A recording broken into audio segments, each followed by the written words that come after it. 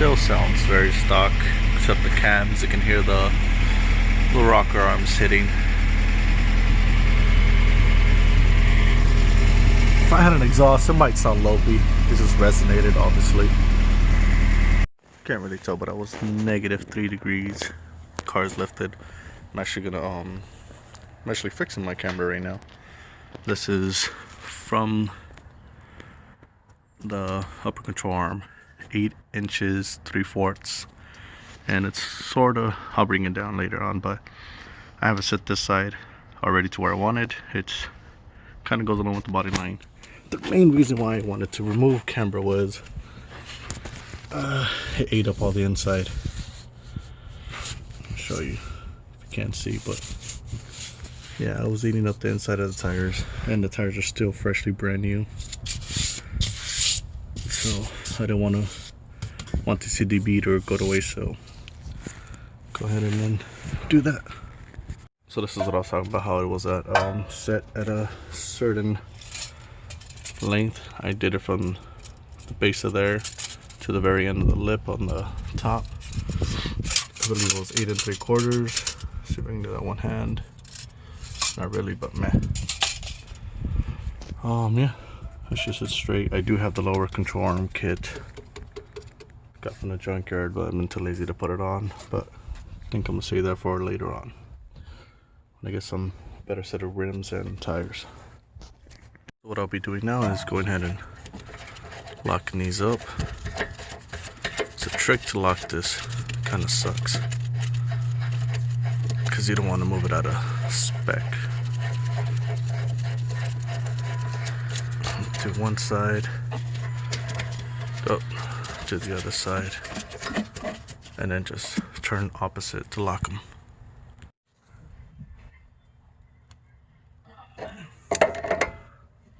That should be it. Check measurement. Alright, so I checked that, and we're still at 8 3/4.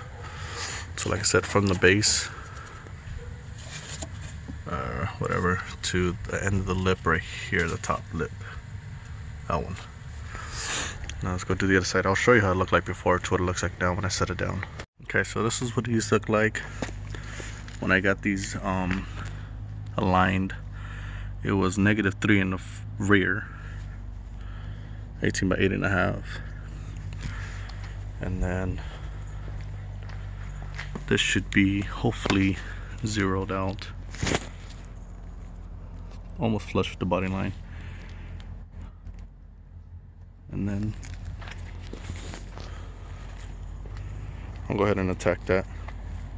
So like I said, main reason why I'm adding positive camber is because this side is being eaten up alive. I'll give you the measurement on what I had it before. So if you do have the same setup, you want -3 degrees, I'll give you the measurement. Measurement for this setup is 8 and roughly 3/8. You can see that. But I'm gonna go ahead and add it to 8 3/4. Bring that up and out. So like I said, all you have to do is adjustments and turn. This one is clockwise to rotate it out. And then do measurements. Currently roughly at 8.5. Let's keep doing some more turns.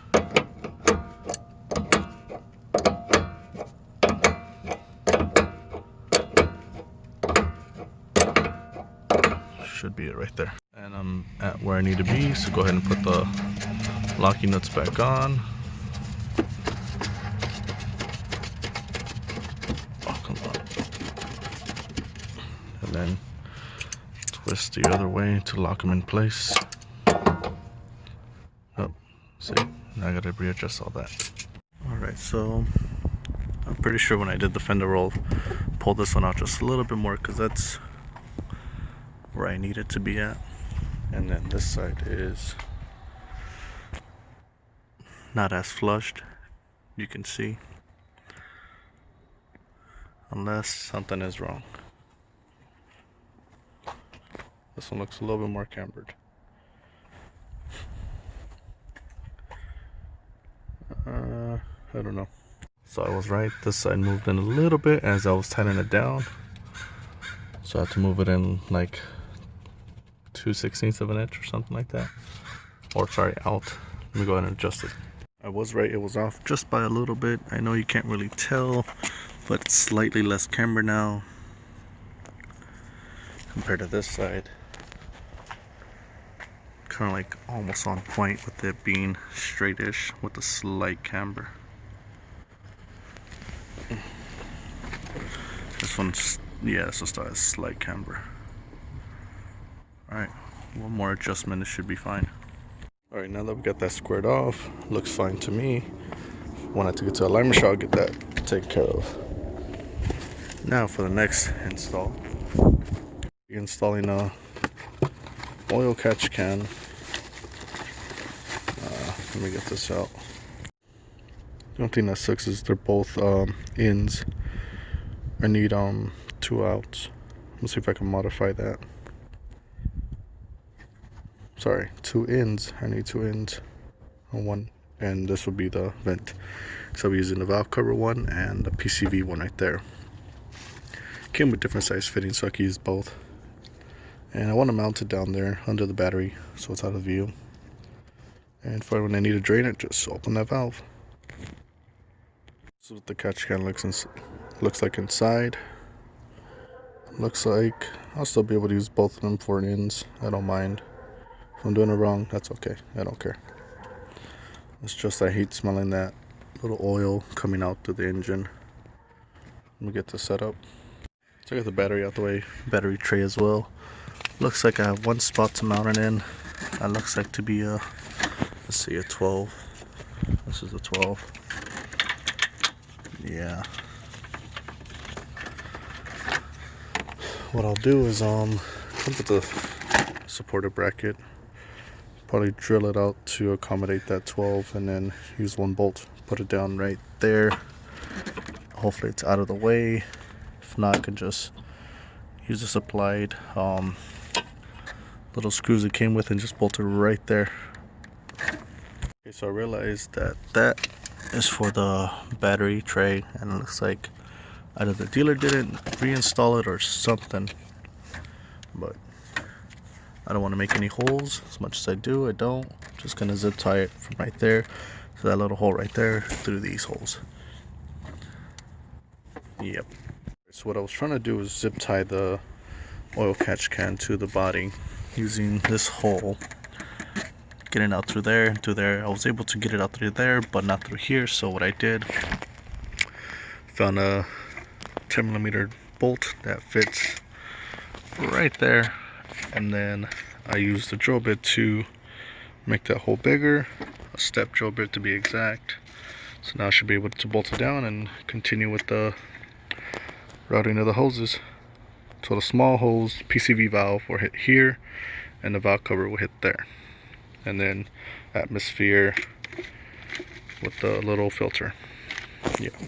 So down, hopefully the filter doesn't hit the bottom of the battery tray, but the bottom, let's see, looks like it'll be accessible here, and kind of want to run a hose to the bottom of it so I can just open the valve and drain it on the floor. Well, obviously to oil pan.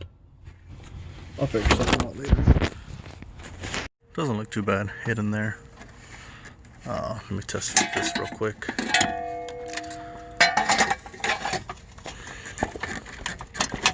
Yep, filter's hitting it.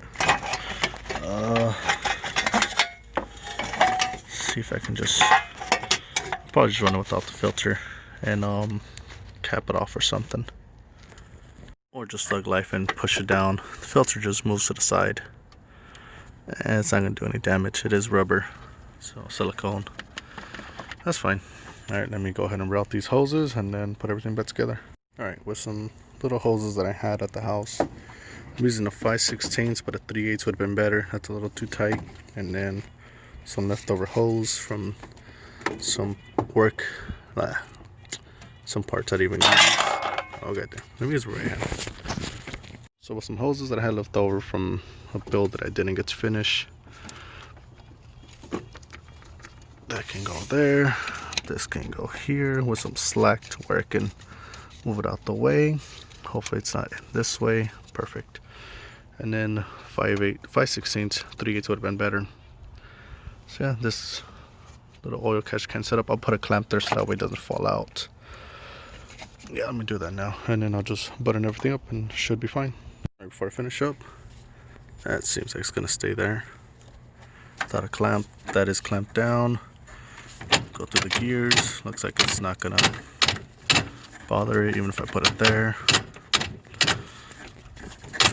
Yeah, nothing's gonna happen. Should be fine. Yeah.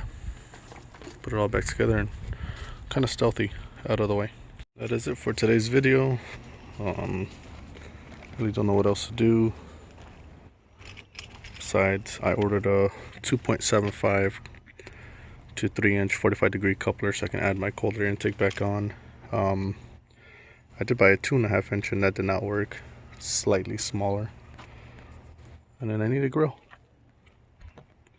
Okay, I'll see you guys on the next one.